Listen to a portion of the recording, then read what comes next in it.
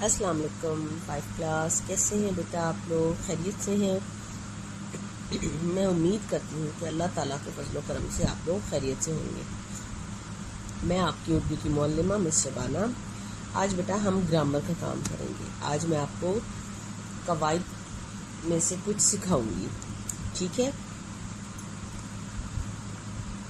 آج ہم کرنے جا رہے ہیں اسم کی اقسام۔ آپ کو پتا ہے اسم کیا ہوتا ہے؟ کس کو پتا ہے؟ کوئی بتائے گا مجھے اسم کی ڈیفینیشن، پھر ہم اس کی اقسام کی طرف آئیں گے۔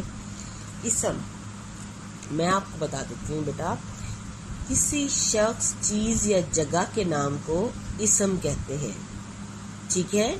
کس کو؟ کسی شخص، جگہ یا چیز کے نام کو اسم کہتے ہیں۔ آگے اسم کی پھر اقسام ہے۔ اب دیکھتے ہیں اسم کی کتنی اقسام ہیں۔ معنی کے لحاظ سے اسم کی 2 اقسام ہیں۔ کتنی؟ 2۔ معنی کے لحاظ سے اسم کی 2 اقسام ہیں، ٹھیک ہے؟ یہ دیکھیں، یہاں میں نے اسم لکھا اور اس کی 2 اقسام بنائی۔ پہلی ہے اسم نکرہ اور دوسری ہے اسم معرفہ۔ کون کون سی 2 اقسام ہیں؟ اسم نکرہ اور اسم معرفہ۔ پہلے ہم اسم نکرہ کے بارے میں پڑھتے ہیں۔ نکرہ کیا ہے؟ ٹھیک ہے، وہ اسم ہے، اسم نکرہ کیا ہے؟ وہ اسم ہے جو کسی عام شخص، کوئی بھی عام شخص، ٹھیک ہے، جانور، جگہ یا چیز کا نام ہو۔ وہ اسم ہے جو کسی عام شخص، جانور، جگہ یا چیز کا نام ہو۔ جیسے آدمی، کوئی بھی آدمی ہو سکتا ہے، عورت کوئی بھی ہو سکتی ہے، ٹھیک ہے، لڑکا، دکان، مسجد، پہاڑ، دریا وغیرہ۔ اب یہ ایسی چیزیں ہیں بیٹا جن کا کوئی نام نہیں ہے، ٹھیک ہے؟ اب آدمی بھی بہت سارے ہوتے ہیں، عورتیں بھی بہت ساری ہیں، لڑکے بھی بہت سارے ہیں، دکانیں بھی بہت ہیں، مساجد بھی بہت ہیں، پہاڑ بھی، دریا بھی، ٹھیک ہے؟ اگر ان کے ساتھ ان کا نام شامل ہوگا تو وہ خاص ہو جائیں گے۔ اگر ان کا نام نہیں بتایا گیا تو یہ کیا ہو گئی؟ یہ عام ہو گئی، ٹھیک ہے؟ اب میں آپ کو ان کی پکس دکھاتی ہوں، ٹھیک ہے بیٹا؟ جی بیٹا، میں نے آپ کو اسم نکرہ کے بارے میں پڑھایا، تو اسم نکرہ میں نے جو چیزیں دکھائی ہیں، اب میں آپ کو یہاں پر بھی دکھا رہی ہوں، ٹھیک ہے؟ سب سے پہلے دیکھیں، ہمارے پاس اس کی تصویر آئے گی آدمی، ٹھیک ہے، یہ عورت، لڑکا،